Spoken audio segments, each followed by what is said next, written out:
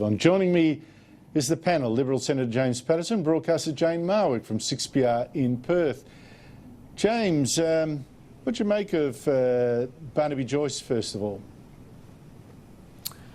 Well, Andrew, I don't think anyone in politics really today has covered themselves in glory. I think we would all benefit from turning down the volume and lifting the tone a bit when we're talking about the fires.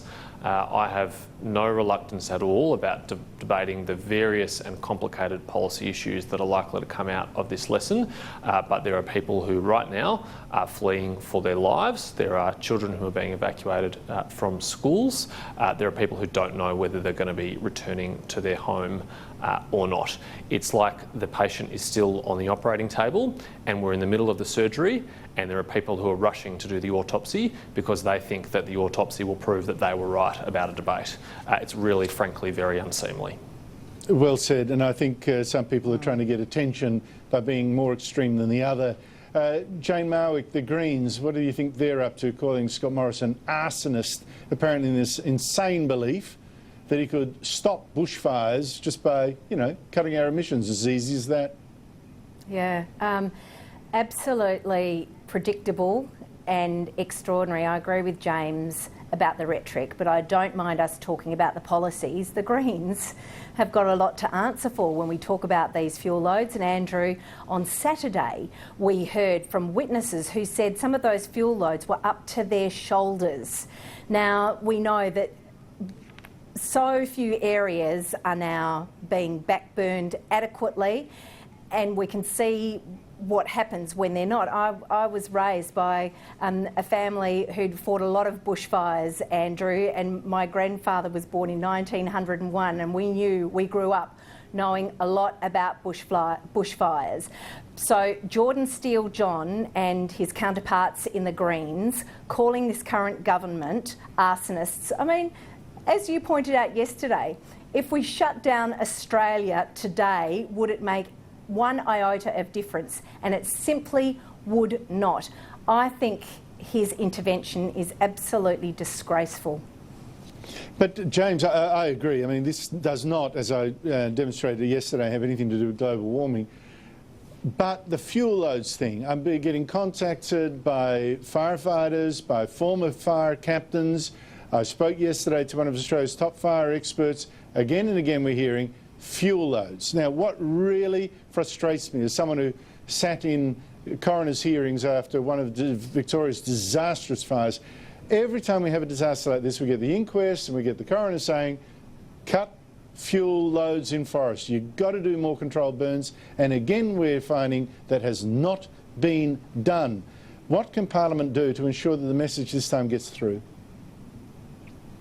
Andrew, I'm very reluctant to decide what the cause was of some fires that haven't even started yet but are feared might be starting in the next 24 to 48 hours.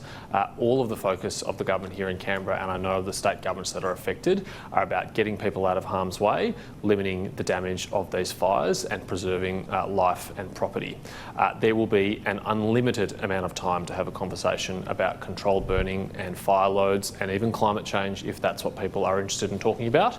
But right now we're literally in the middle of a crisis, and the Prime Minister has spent his day being briefed on these matters and considering the federal policy responses, which the Defence Minister shared with us in question time might include calling up the Army Reserve to assist in dealing with it. These are unprecedented times, and I think that's got to be the focus rather than apportioning the blame for some fires that haven't even happened, let alone been put out yet. Well, you used the word unprecedented, James. Jane, I just worry a little bit about the language about these fires. They are very bad, right? People have got to be on the alert. All Andrew, things can be said about that. Andrew, to be clear, I mean the unprecedented response to the fires on behalf of the federal government, such as the measures of putting the reserve forces into gear, not the fires themselves. We've had fires for a very long time. I'm glad you cleared that up. I'm glad you cleared that up. But Jane, to the broader point, the language that we've been hearing in the last couple of days. Now, I don't doubt the fires are very dangerous. They have, burnt down more than 150 houses just in New South Wales alone, and 3 people are dead. But the words catastrophe, extreme, crisis, I just wonder whether that's been overused, perhaps for butt-covering reasons and also a little bit of ideological agenda. And the worry is that people will get complacent if it keeps happening. Yeah, and I think this new terminology, this new standard or level, I think was brought in about 2009 from memory, Andrew. I was listening to your opening editorial and thought, you're hitting on something when you're warned of catastrophic fire conditions, and certainly people need an emergency plan and need to be very, very aware. But we have had horrendous bushfires right across this wide brown land ever since there's been a white settlement, and previous to that, as your guest explained yesterday, the local Indigenous populations had their own burning programs. Look, just one thing, I agree with James about the political rhetoric about the government doing exactly what it can to help and dealing with those details right now, but as someone who's from a farming background and who's talked to farmers who, for instance, weren't allowed to backburn in certain areas when Crown land borders your farm, there aren't fire breaks, various authorities don't manage national parks properly, it is absolutely galling when locals on the ground say the fuel load's too high, the fuel load's too high. So last night, to no one's surprise, Andrew, Talkback Radio was flooded with calls saying just that. So I understand why people watching and listening are angry Jane, about you make a good point. You make a good point, and James, I totally understand. Particularly, you're in a difficult position as a politician. Me too. You don't want to seem to be keeping your eye off the main game, which, as you quite correctly say, saving lives, saving property.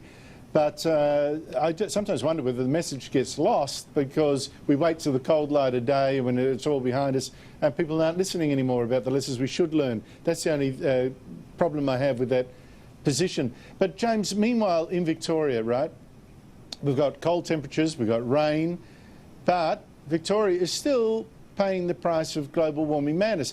Power bills, we're told today, are expected to rise again by up to $50 a year for households, $200 for small business. And why? Because Victoria happened to close the main, one of the biggest coal-fired power stations in the country in Hazelwood, now imports more power from interstate and from remote wind farms. Transmission costs have gone up. What do you make of this? It seems to me we are being hurt more by global warming policies than global warming itself. True or false? Well, I think it's probably true that the increase in renewables in the grid has contributed to that, Andrew, but as I understand it, actually one of the main drivers of the increase in transmissions costs, which the Andrews government has approved for next year, is as a result of increased property taxes that the Andrews government is levelling on people who own the land underneath transmission towers and the like. And so effectively what Victorians are doing is paying for, they're paying for higher taxes through their electricity bill in a really, frankly, non-transparent way. They're going to be footing the bill for the Andrews government inability to control their spending and their wild election promises as much as they are for the actual generation of electricity and the supply of it to their homes. And meanwhile, Jane, of course, down south where you're sitting right now, you've got a sunken wave generator that taxpayers paid for Albany that's defunct. I mean, really, the question is global warming hysteria costing us more than global warming itself? It's a very good question, and people whose power bills continue to go up, even people who want clean, green energy, Andrew, also need to be able to afford to pay their power bills. Most people have a really finite amount of income, and we've just been to an election. We saw how the Australian public voted when Labor couldn't cost all of its sort of green energy policies, all of its environmental policies. I think Australians on the whole want to look after the environment. It's funny we don't talk about the environment much anymore as a word. They want to be as clean and green as they possibly can and live really good lives, but equally they want to be able to afford to live their lives. Well, the reason we don't talk about environment as in the old-fashioned way, it requires people to pull up their sleeves, do some gardening, it does. Pick up some rubbish, rather than jump up and down about global warming. James, the two states that are most aggressive in cutting emissions and moving to wind power have, of course, been South Australia and Victoria. Does it surprise you that both of those states have seen power prices shoot up to the highest in the country? Victoria's that blue line there, look at that, That's from mainly the shutting down of Hazelwood. It's shot up to the highest in the country when Victoria used to be the lowest. Andrew, it's very unlikely to be a coincidence. I think you've pointed out a very strong correlation there, and you might have also seen today that the South Australian and New South Wales governments are contemplating building an interconnector between the two states, because South Australia is currently quite reliant on Victoria in the case of any disruption to their largely renewable energy supply. That's their only connection to the mainland grid, and with predictions that we might have in Victoria blackouts or brownouts over summer, you'd be quite worried if you're a South Australian relying on that backup. So they're now thinking about retro-engineering, over-engineering the grid with an extra interconnector from South Australia direct to New South Wales, so they can rely on New South Wales capacity to generate electricity, which they are have more brown coal supply in. Yeah, but then again, transmission costs, so that's what you're going to get. Jane, just quickly, the bullying of the public really gets me. Melbourne Museum and the Immigration Museum in Victoria, and for people who don't know, these are the most political, most woke in the country, both banning sugary drinks from their cafes. Can you explain to me why it is their business to limit what customers choose to drink? I have no idea, and I listened to that interview with Neil Mitchell today, Andrew, and I thought what was extraordinary was the advocate was saying parents, every parent has been put in that situation, I'm paraphrasing, with a pestering child who wants a sugary drink.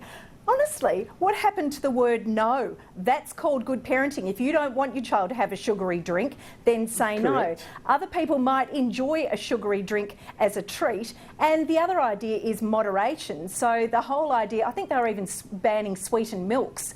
Look, Well, those things aren't my jam. Go on. Well, I actually like sweetened milk, but James, you know, what happened to the word no? Yeah, but what happened to letting parents do their own parenting? Exactly. It's completely patronising and condescending for institutions like these museums to say that parents are unable, ill-equipped and incapable of choosing when their children can have access to soft drinks and what a healthy amount for their children to drink is. It's quite common in many households for parents not to want it to be drunk at home, but on a special occasion like an outing to a museum or the zoo or the sport, to have it as a treat. Yep. And now that's being taken away from them, and frankly it's just a state gone mad. There's too much of this stuff going around. James Paterson, Jane Marwick, thank you both so much for your time. Thank you, Andrew.